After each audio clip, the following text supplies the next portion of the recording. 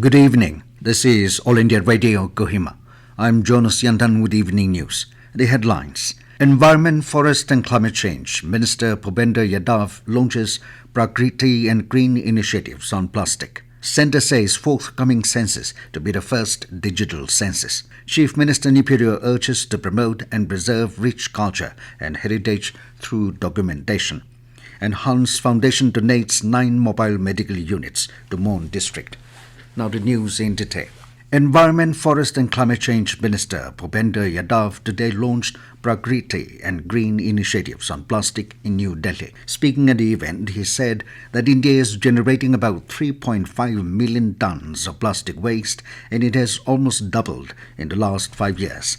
Yadav said these initiatives, such as a national dashboard on elimination of single-use plastic and plastic waste management, are developed by his ministry to solve the environmental issues. He emphasized that it will also help to bring all stakeholders to one place and track the progress made for elimination of single-use plastic and effective management of plastic waste. The minister said that extended producer responsibility (EPR) portal for plastic packaging will improve accountability, traceability, transparency, and facilitate ease of reporting compliance to EPR obligations by producers, importers, and brand owners in line with notified guidelines. He said single-use plastic compliance monitoring portal and mobile app for single-use plastics grievance redressal will empower citizens to check the plastic menace. Yadav said these e-governance tools on plastic will be integrated with Central Pollution Board portal for plastic waste management. The government today said the forthcoming census will be the first digital census, and there is a provision for self-enumeration. In a written reply to a question in the Lok Sabha, Minister of State for Home, Nityanand Rai, said the Census 2021 and related field activities have been postponed until further orders due to the outbreak of COVID-19 pandemic. Chief Minister Neiphiu Rio today urged to promote and preserve the rich culture and heritage through documentation. Greeting the gathering on the occasion of Mongyu Festival celebration at Longleng, Rio said that in order to promote and preserve these rich culture and traditions of the people, many hornbill festivals and tribal festivals are organized in every district of the state to represent in the state hornbill festival. He advised the people to preserve and promote their rich, unique culture and attires without imitation to attract tourists. Citing that festival is a time of celebration to renew friendship and social bond with love and forgiveness, Rio urged the people to celebrate with their hard-earned labor without dependency. He said Mongyu Festival is a unique festival because it shows more love and respect to the women folk. Rio also assured for blacktopping of Longleng town roads and asked the Executive Engineer Roads and Bridges, Longleng, to come up with detailed estimates for the project. Meanwhile, inaugural program of the Aoling Mongyu Festival was also held today at Mon with the theme Reigniting the Inheritance. The Hans Foundation donated 9 mobile medical units, MMUs, to Mon district yesterday.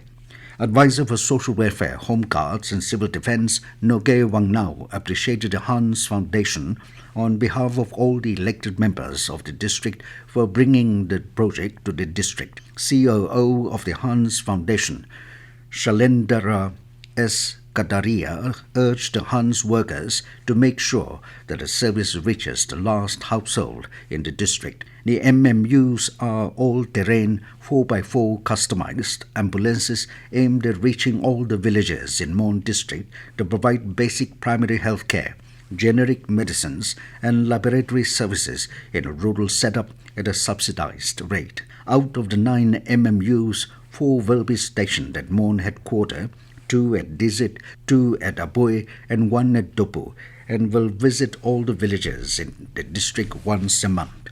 Each MMU will have a qualified doctor, A&M, pharmacist, lab technician, social development officer, and a driver with a total of 54 employees for all the 9 MMUs who would be managed by the foundation. The MMUs will be officially flagged off by Chief Minister Neiphiu Rio tomorrow. The much-awaited NST service at Cheso Twensang district was flagged off by advisor IPR and village guards as Kyushu Yimkyong. The advisor thanked the government under the leadership of Chief Minister Neiphiu Rio and Minister Transport, Civil Aviation and Land Resources Paiwang Konyak for making the dream come true for the people of Cheso subdivision. This news comes to you from All India Radio, Kohima. You can also listen to this news bulletin on News on Air app and YouTube channel AIR News Kohima. The National Foundation for India, NFI, has announced the launch of the fourth round of its Media Fellowship Program to 35 independent journalists. NFI informed that in collaboration with the Morong Express, 10 fellowships are being offered for multimedia journalists to report in Nagamis.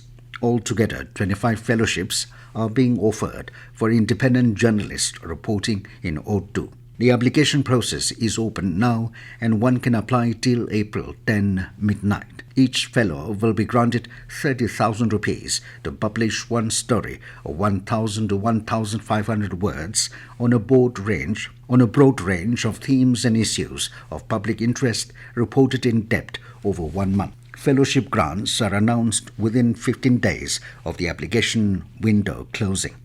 Successful candidates will be informed by email and through announcement on the NFI website. To know more about the fellowships, one may visit the NFI website nfi.org.in/fellowships or contact in these numbers 9811 209345 or 9717 299192.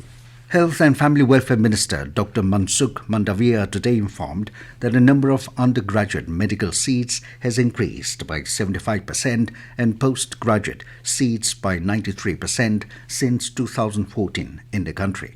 In a written reply in the Rajya Sabha, he said the number of UG seats has increased from 51,348 in 2014 to 89,875 seats in 2022. Mandavia said the number of PG seats has also increased from 31,185 seats to 60,202 seats.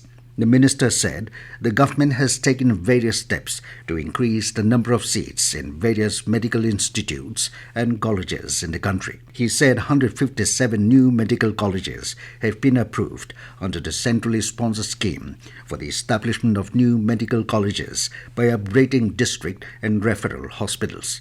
Mandavia said 22 AIMS have been approved by UG courses have started in 19 AIMS.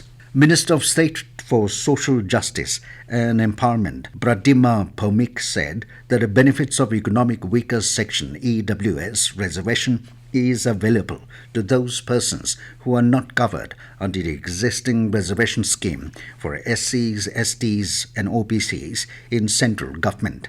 In a written reply to a question in the Lok Sabha, she said all persons whose family has gross annual income below 8 lakh rupees per annum are identified as EWS for benefit of reservation. The minister said the assets and income criteria for getting the benefits of EWS reservation have been defined and fixed only for these classes of citizens and not for all classes and creeds of the people.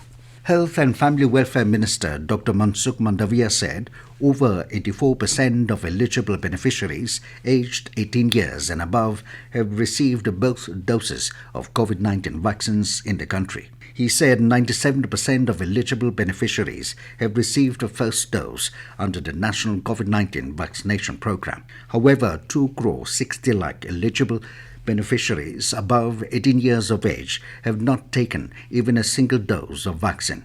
The minister added that over 51% of beneficiaries aged between 15 to 18 years have received both doses of COVID vaccines. Nagaland has reported nil COVID-19 positive case for the third consecutive day today.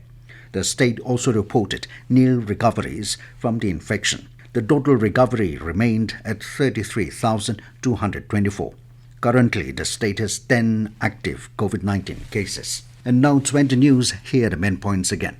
Environment, Forest and Climate Change Minister Bhupender Yadav launches Prakriti and green initiatives on plastic.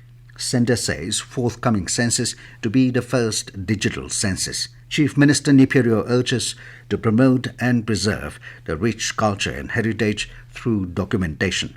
And the Hans Foundation donates 9 mobile medical units to Mon district. That is all we have in this evening news bulletin. Good night.